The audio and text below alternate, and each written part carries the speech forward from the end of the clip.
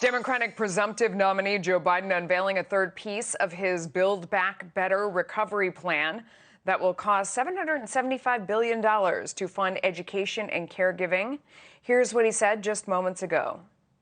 If we truly want to reward work in this country, we have to ease the financial burden of care that families are carrying. We have to elevate the compensation of those providing the care, the benefits and dignity of caregiving workers and early childhood educators. Here now is Mercedes Schlapp, Trump 2020 campaign senior advisor.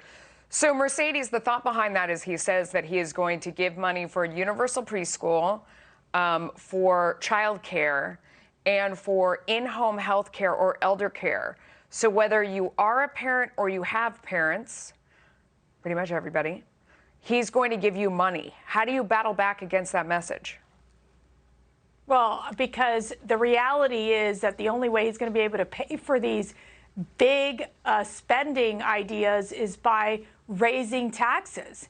And so we know, as you know, Melissa, you understand clearly what the detrimental effects that higher taxes means to an economy is the fact that it will take away from, the middle class, which we know one of the things that Joe Biden has said from the beginning is that his first step will be to roll back President Trump's tax cuts. So I know he's, right now when you've seen in the last 3 weeks between his clean energy initiative, between his economic plan and now his new announcement today, you're talking about $3.4 trillion in terms of expense. And then, of course, adding government and bureaucracy to this process, which we know is incredibly inefficient.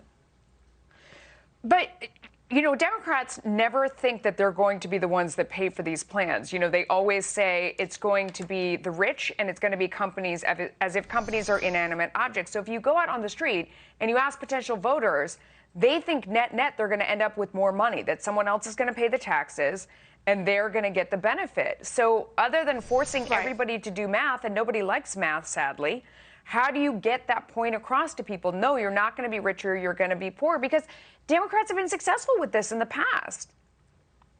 Yeah, I mean, there's no question, and I've got to ask you if you liked math or not in high school or college.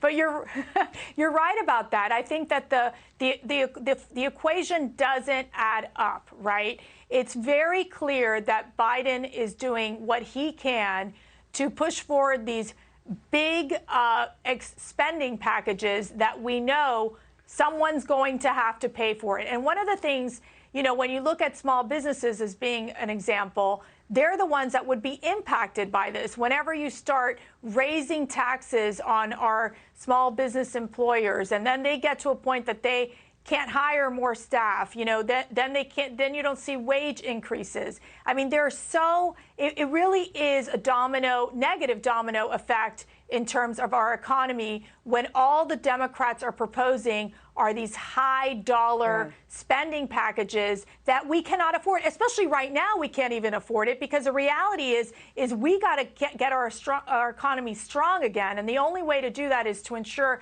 that we have the fundamentals strong, which means keeping our taxes low, eliminating our job-killing regulations, which President Trump has focused on, and then ensuring that we have very free and strong trade deals, which President Trump has focused on as well. Look, there's a way to do this where you can work with the American people to help provide relief in terms of child care. But the most important thing right now is ensuring Americans can get back to work. And that's something that Joe Biden is basically saying. We can't even open up our economy because of COVID. I want to ask you about the June fundraising totals, because they came in, and I think we have them to put them up on the screen. Joe Biden and the DNC, $141 million. Trump and the RNC, $131 million. I imagine that both campaigns have more money than they know what to do with. These all sound like really big numbers to me. But does it tell you that there is more enthusiasm against President Trump on the other side, that you see so much money going into Joe Biden's coffers? Absolutely not, because what we're seeing is high dollar donors that are contributing to Joe Biden. That's in contrast with our very strong small dollar program that we see with President Trump.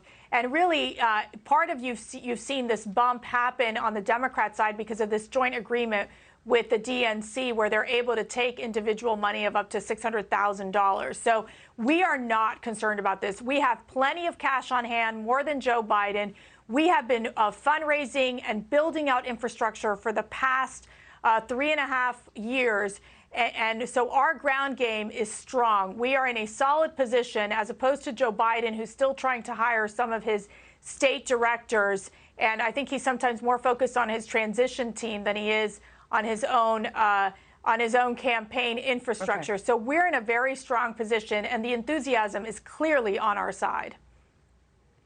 Mercedes Schlapp, it is always wonderful to see you. Thank you for coming on. Connell, over to you.